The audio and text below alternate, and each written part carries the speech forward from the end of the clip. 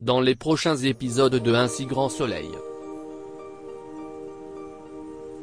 Tandis qu'un drame bouleverse Roman et Manon, Elliot met en place une stratégie de séduction. Pendant ce temps, Janet accepte de vivre avec Clément et Ève et Virgile se rapprochent. Capture d'écran FTV. Attention, les paragraphes qui suivent contiennent des spoilers sur les épisodes d'Un si grand soleil diffusés la semaine prochaine sur France 2. Un drame bouleverse Roman et Manon embarqués au commissariat. Henrik confesse avoir inventé un faux alibi de peur d'être accusé à tort de la mort du veilleur de nuit. Bien qu'il clame son innocence, Alex le place en garde à vue en raison des nombreuses coïncidences troublantes qui jalonnent cette affaire. Mais à défaut de preuves matérielles concrètes permettant de prouver la culpabilité de leur suspect, Manu et Alex sont contraints de le relâcher. Toutefois, persuadés qu'il cache quelque chose, ils se mettent d'accord pour le placer sous surveillance policière. Une fois dehors, Henrik semble stressé et reprend rapidement le travail pour se changer les idées. Sans savoir que la police le surveille, il reçoit un appel de Gabriel puis s'effondre après avoir raccroché sous les yeux de Stéphanie qui le photographie. À la vue des clichés, Manu et Alex sont confortés dans l'idée qu'Henrik dissimule un secret et décident d'approfondir leurs recherches pour découvrir de quoi il s'agit. En parallèle, Karel ne supporte plus que Roman profite de la situation pour parler de la cause animaliste et lui rappelle qu'elle a tué un homme. Alors que Manon pense l'activiste sincère dans son engagement, Karel insiste pour qu'elle ouvre les yeux sur les manipulations de sa sœur. Lorsqu'il apprend qu'Henrik n'a pas été innocenté, Karel, qui culpabilise de faire vivre cette épreuve à la famille réale, promet à Inès que le véritable responsable finira par se dénoncer. En entendant ces propos, Manon s'emporte et tente de le convaincre que la situation est réglée. Mais tandis que le jeune homme désire que Roman avoue les faits, Manon voudrait qu'il soutienne sa sœur quoi qu'elle choisisse de faire. Face à leur désaccord, le couple se dispute violemment et Manon met un terme à leur histoire. Le lendemain, Roman retrouve son frère au bord de la mer pour essayer d'apaiser les tensions. À bout de nerfs, Karel révèle que Manon l'a quitté par sa faute. Piqué par ses propos, Roman rétorque que le problème vient de lui car il se prend trop la tête pour une histoire sans importance. Au moment où il s'apprête à aller tout dire à la police, Roman le retient et l'enlace pour le consoler. Quelques heures plus tard, la police découvre le corps de Karel dans un squat. Même si tout porte à croire qu'il s'agit d'un suicide, une enquête est ouverte. Avertis par les forces de l'ordre, Roman et Manon, effondrés, sont interrogés chacune de leur côté. Roman raconte qu'elle n'a pas vu son frère depuis la veille de sa mort et indique que ce dernier était déprimé récemment. À la suite de l'interrogatoire, elle rejoint Manon chez elle.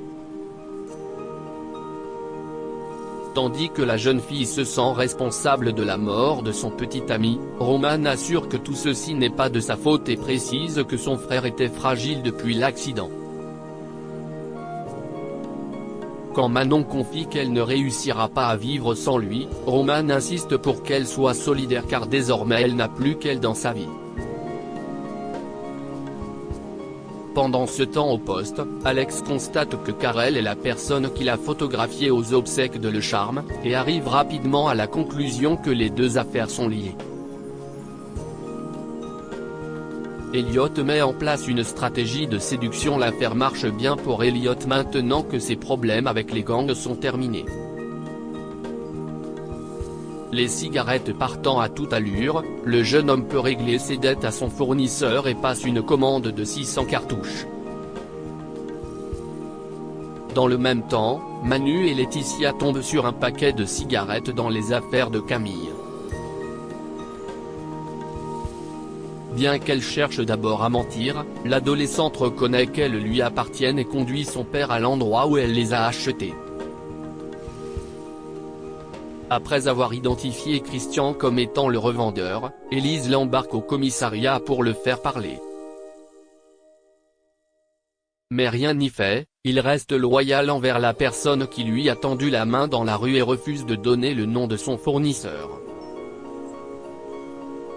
Dans l'impasse, Becker ordonne à son équipe de relâcher le SDF, mais Manu en fait une affaire personnelle et jure de continuer à investiguer. De son côté, Elliot retrouve Amy et lui prétend que leur lien d'amitié lui suffit. Pour ne pas perdre le seul ami qu'elle a à Montpellier, la jeune femme accepte de le croire et le suit au 101 pour boire un verre. Elliot profite qu'Amy s'absente quelques instants pour installer un mouchard dans son téléphone. Avec un accès direct à toutes ses données, il passe tout son temps à lire ses discussions pour apprendre à mieux la connaître. Et lorsqu'il intercepte une conversation dans laquelle elle raconte qu'il manque d'élégance, Elliot l'invite à un vernissage pour lui prouver le contraire. Un stratagème qui fonctionne puisque Amy fait de nombreux compliments sur la tenue vestimentaire de son ami. Afin de prolonger leur soirée, ils décident de dîner ensemble.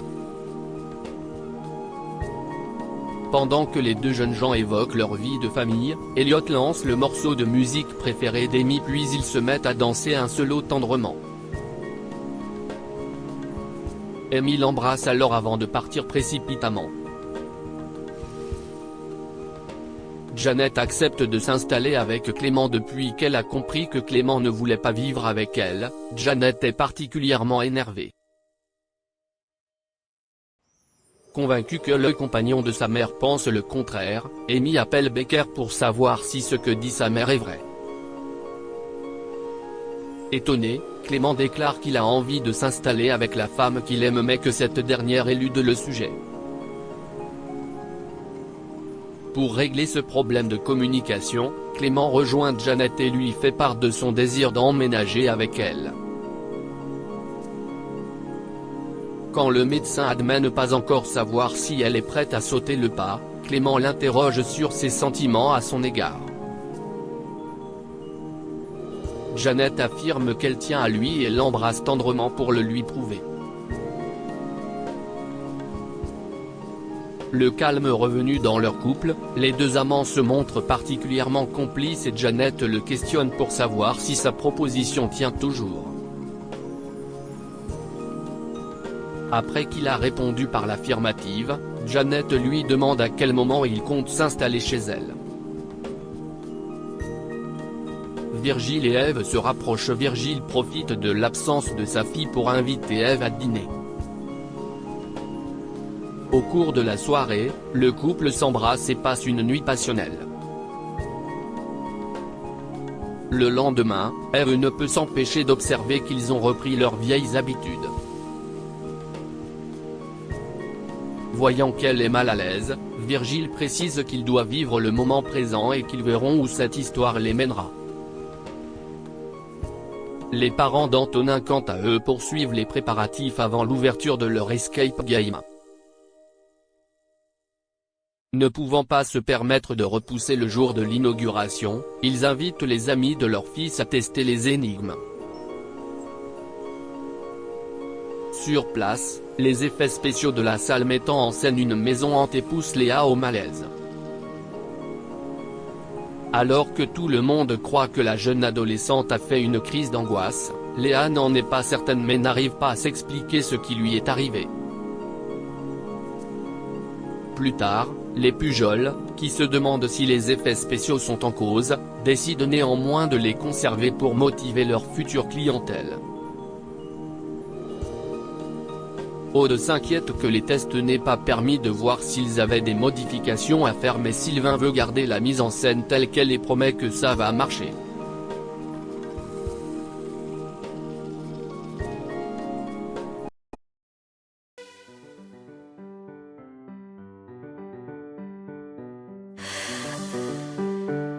The